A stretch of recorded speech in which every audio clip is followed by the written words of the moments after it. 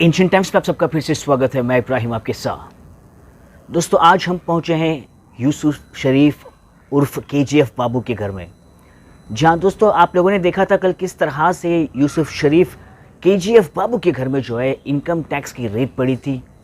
आज हम लोगों ने केजीएफ बाबू से बात की और ख़ुलासा किया कि ये जो रेड थी ये किस वजह से पड़ी थी।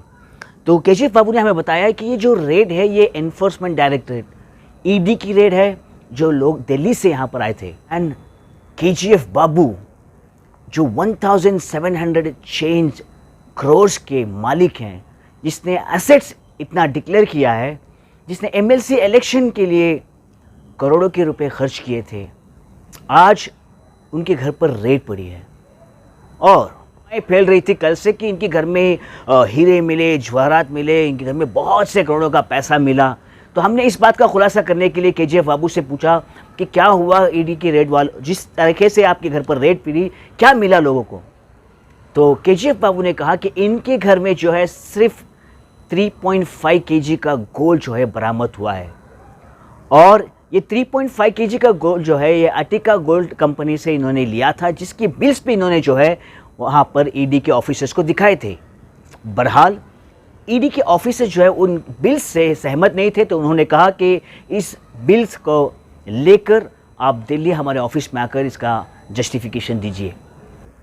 3.5 किलो सोना मिला है, वो उन लोगों ने सीज करके लेको जाओ कहीं।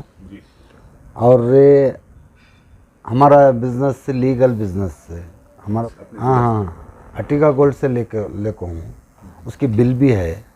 3.5 किलो सोना मिला है, वो अटिका गोल्ड से लेको हूँ, उसकी बिल है। बिल भी उनको दिखाने की वजह से नहीं, तुम्हें आके एक्सप्लेन दिल्ली में आके एक्सप्लेन करो, एक्सप्लेन करने के बाद में मैं रिलीज़ करती हूँ। और साथ ही साथ तकरीबन 7 लाख रुपए कैश जो है यहाँ पर इनको मिले थे। और वो 7 लाख कैश जो है बैंक से विड्रॉल कैश थे, जिसका स्टेटमेंट भी जो है केजीएफ बाबू ने ईडी ऑफिसर्स को दिखा दिया है। और दूसरी बात, एक ही साथ इनके जो है 3 घरों पर रेड की गई थी। एक बेंगलोर वसंत नगर का घर, दूसरा कोलार का घर, और तीसरा जो है इनके दामाद जिसका घर मैसूर में है, वहाँ पर भी जो है ईडी की रेड हुई थी। तो तीनों घरों में कुछ नहीं मिला है, बस इनके घर में 3.5 केजी गोल्ड और 7.5 लाख कैश जो है बरामद हुआ था। और अब ये देखने वाली और सोचने वाली बात है कि दोस्तों, जिस तरह से कल ईडी की यहाँ पर रेड हुई थी, सुबह 10 बजे से तकरीबन रात के 11 बजे तक जो है हम यहाँ पर मौजूद थे। कांग्रेस के एक रिचेस्ट पॉलिटिशियन केजीएफ बाबू के कैंडिडेट एमएलसी के इलेक्शन इन्होंने लड़ा था, और आने वाले राज्यसभा इलेक्शन में भी जो है ये लड़ने की कोशिश कर रहे हैं। बहरहाल एक ऐसे लीडर जो रिचेस्ट पॉलिटिशियन है, जब उनके घर पर रेड पड़ती है, कांग्रेस का एक भी लीडर जो है इनके घर के पास दिखाई नहीं देता। कांग्रेस का एक लीडर तो चलो दूर की बात है, कांग्रेस के मेंबर्स कोई इनके घर के पास नहीं आए। सुबह 10 बजे से 11 बजे तक हम यहाँ पर थे, लेकिन कोई साथ नहीं आया, ना कि माइनॉरिटी के लीडर्स इनके घर के पास आए। और यही वो केजीएफ बाबू है जिसके घर के पास एमएलसी इलेक्शन के 8 दिन पहले से लेकर एमएलसी इलेक्शन तक पूरा रोड भरा हुआ था, यहाँ पर खड़ने की जगह नहीं थी। बड़ी अफसोस की बात है दोस्तों, सोचने वाली बात है कि एक लीडर जब मुसीबत में था उसे कोई पूछने के लिए नहीं आया था। बहरहाल इस बात का खुलासा जब हमने किया, केजीएफ बाबू से हमने ये जानने की कोशिश की कि यहाँ पर आपके लीडर्स क्यों नहीं आए, आपके सपोर्टर्स क्यों नहीं आए, तो केजीएफ बाबू ने बड़े ही डिप्लोमेटिक जवाब दिया है। देखिए इस जवाब को। कांग्रेस के लीडर सर एमएलसी के इलेक्शन के वक्त हम लोग ने यहाँ पर देखा था, यहाँ पर खड़ने की जगह नहीं थी जी, लेकिन जब कल आपके घर पर ईडी की रेड पड़ी, आपकी पार्टी का एक भी लीडर या एक भी मेंबर आपके घर के पास नहीं आया। सर क्या कहना चाहते हो? फ़ोन में सब बात कर, कौन भी ऐसा नहीं कि कौन भी नहीं आए। सब लोग बहुत परेशान हुए, हमदर्दी करे मेरे वास्ते में, बहुत हमदर्दी करे, क्या हुआ किधर हुआ। और सब लोगों को भरोसा है कि बाबू के पास कोई सा भी ब्लैक पैसा नहीं है। एक गरीब के पास में पैसा आया तो ये सब सारे परेशानियां, सारे मुसीबतें आती। क्या है, मैं पहले एक मिडिल क्लास फैमिली से आको हूँ, इसके वास्ते मेरे ऊपर इनकम टैक्स के 3 रेड हो कोई। एक सीसीपी का रेड हुआ है, एक ईडी का रेड हुआ है, 5 रेडा हो कोई। 5 रेडा हो कहीं 2005 से 2021 तक हमारा पूरा रिटर्न्स देखो ही, उसका असेसमेंट भी होको है। तो ईडी कैसा आती है, हमारा कौन सा बिजनेस ऐसा इलीगल बिजनेस कौन सा है, बस क्या ये तो मालूम होना ना तुमना। मेरा बिजनेस है हाई कोर्ट से जो एक्शन में प्रॉपर्टीज आती, पब्लिक एक्शन में वो प्रॉपर्टी मैं लेता हूँ। दूसरा गवर्नमेंट से पब्लिक एक्शन में डीसी ऑफिस से पब्लिक एक्शन में प्रॉपर्टी रेवेन्यू डिपार्टमेंट करती है, वो प्रॉपर्टी लेता हूँ।